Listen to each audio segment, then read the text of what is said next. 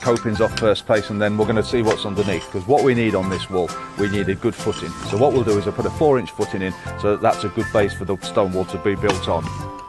Okay, well, we best get cracking because the boss is watching.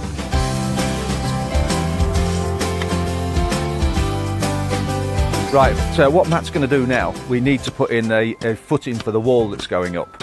And Matt's going to dig down to around 75 mil to put a concrete footing in, which will then put the base for the wall to go on. And of course then it starts building. So this is going to come out now, and then we'll introduce the concrete into the footing. Right, so the mixed ballast is now going to go into the trench. Matt's going to level it out. It's important that the footing is actually is level to take the wall. If it's not level, obviously you're going to have a wonky wall, which we don't want. As you can see, the mix itself is semi-dry, which is what we want. We don't want it slopping around all over the place, because it's a fact that cement, the wetter it is, the weaker it is.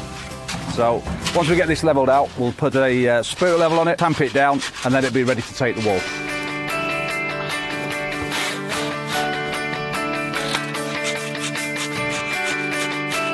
As you can see, Matt now is tamping down with a spirit level to make sure that the footing is completely level, ready to accept the wall.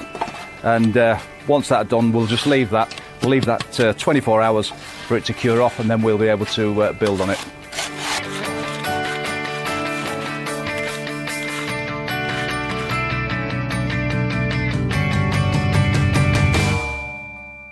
As you can see, we're back here today. The sun is with us, the weather's with us, and we're really getting on to a good pace.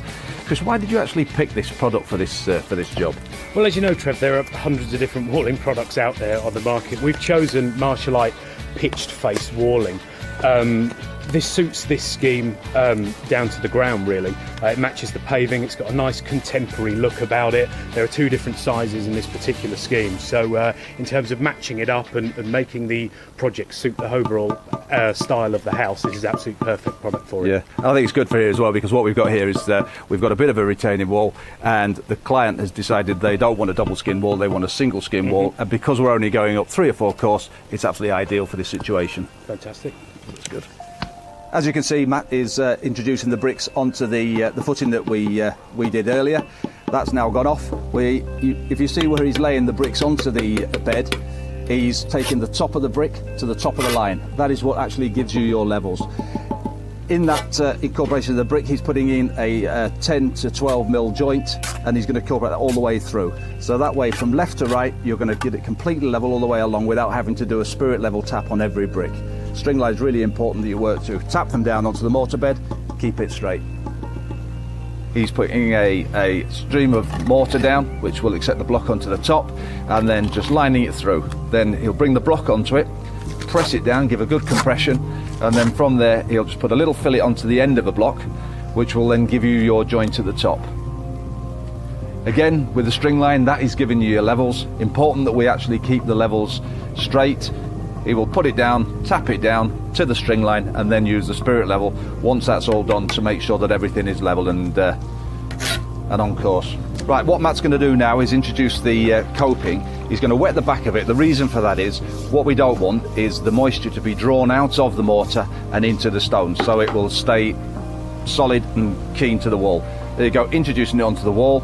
Now going to tap it down, and what he'll do then is just make sure that everything's level on top. So he'll get his spirit level, run it across the top of the wall, make sure everything is level from far right to far left. Job done, looks beautiful. Once Matt's put the wall up, you see the joints, then what you'd normally do is strike that off with a jointing iron. Now this is the jointer we're going to use, and depending on the weather, we touch the point just to see that it's just got a bit of resistance, not too wet, just nice and dry, and then Matt will now point it in. The reason this gives a nice finish to the wall, and it also gives a nice recessed joint which shows the wall into its best. As you can see, as he's striking it through, you get the snots onto the paving, you just clean those up, but as you can see it's pretty dry at the moment, which is nice, so you get a nice textured finish to it.